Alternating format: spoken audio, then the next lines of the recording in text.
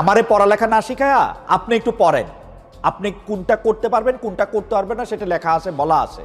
বই পাওয়া গেছে তো এখন কি করতে হবে? এখন বই পাওয়া গেছে কুমিল্লায়, আগুন জ্বালা নোয়াখালীতে, ওইখানে বরিশালে, উত্তরবঙ্গে রংপুরে। এই যে আপনারা যেটা করেন না, সেইটার একটা নাম আছে, সেটার নামটা হলো আমার দৃষ্টিতে নামটা হলো অতিভক্তি।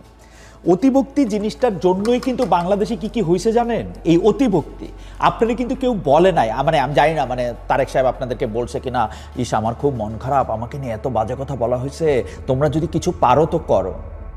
অথবা আপনারা যে এটা কইরে গিয়ে তারপর পরে দিয়ে পুরস্কার চাবেন, আমরা শাহবাগ থানায় গিয়ে এটা করে এসেছি, এরকম ব্যাপারটা আমি কিন্তু এরকম দেখি না। আমি দেখি ব্যাপারটা অতিভক্তি। এবং এই অতিভক্তির কারণে অতীতে কি হয়েছে জানেন? অতিভক্তির কারণে একটা মিথ্যা গুজব যে কে জানি কে তার পায়ের নিচে পবিত্র ধর্মগ্রন্থ রাখছে, রামু 1 গ্রাম শেষ, পুইরা ছারখার। ওই লোক আপনার ধর্মগ্রন্থ তার পায়ের নিচে কেন রাখবে আপনি একবারও জিজ্ঞান নাই, কিন্তু 1 গ্রাম জ্বালাই দিছেন। এরপরে কি করছেন? ওই ইয়ার মধ্যে গিয়ে আরেকটা বই পাওয়া গেছে। বই পাওয়া গেছে তো এখন কি করতে হবে? এখন বই পাওয়া গেছে কুমিল্লায়, আগুন জ্বালা নোয়াখালীতে, ওইখানে বরিশালে, উত্তরবঙ্গে রংপুরে। আপনার অনুভূতিতে আঘাত লাগছে এবং সে অন্যায় করছে।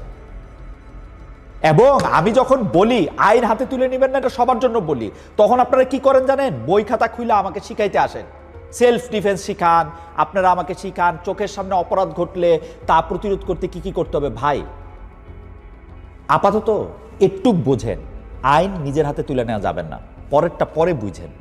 আইন নিজের